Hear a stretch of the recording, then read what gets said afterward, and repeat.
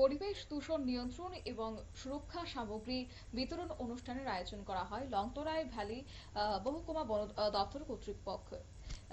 প্রদীপ প্রজ্বলনের মধ্য দিয়ে টাউন হলে অনুষ্ঠানের শুভ সূচনা করেছেন রাজ্য সরকারের বন দপ্তরের মন্ত্রী অনিমেষ দেববর্মা।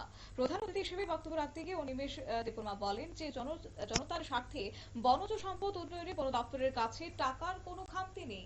চেকড্যাম থেকে শুরু করে বন দপ্তরের বিভিন্ন প্রকল্প বাস্তবায়নে দেদার টাকার দেওয়ার প্রতিশ্রুতি দেন। তিনি বলেন রাস্তার পাশে বাঁশকুড়ুল থেকে শুরু করে বিভিন্ন পাহাড়ে সবজি নিয়ে বসেন বিক্রেতারা।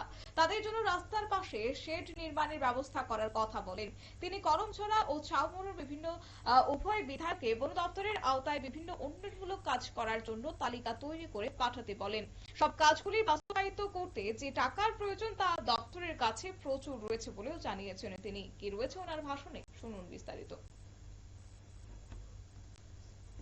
একদম বড় বড় খাইমান আবার ক্ষমতা কমে আনছে বসাও দাদা কইটা দিন আনলিমিটেড নों যত নাঙ্গো আনো সাথে আং আনলিমিটেড আর বলদান সেলেন বানসাও Bimal বাবুনো Sao Hansa Kumar ত্রিপুরান Sao check dam नि बागै फरेस्ट मार्केट नि बागै there is no limit.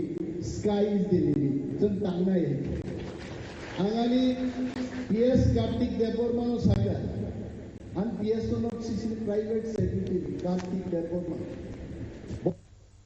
আপনারা শুনলেন মন্ত্রী অনিমেষ দেববর্মার বক্তব্য। অবশ্য এই অনুষ্ঠানে মোট 400 মহিলার মধ্যে সুতো বিতরণ করা হয়। পাশাপাশি করমছড়া ও ছাউমুড় বিধানসভার অন্তর্গত জেএফএম কমিটির মধ্যে খেলা সামগ্রী ও বাদ্যযন্ত্র এদিন বিতরণ করা হয়।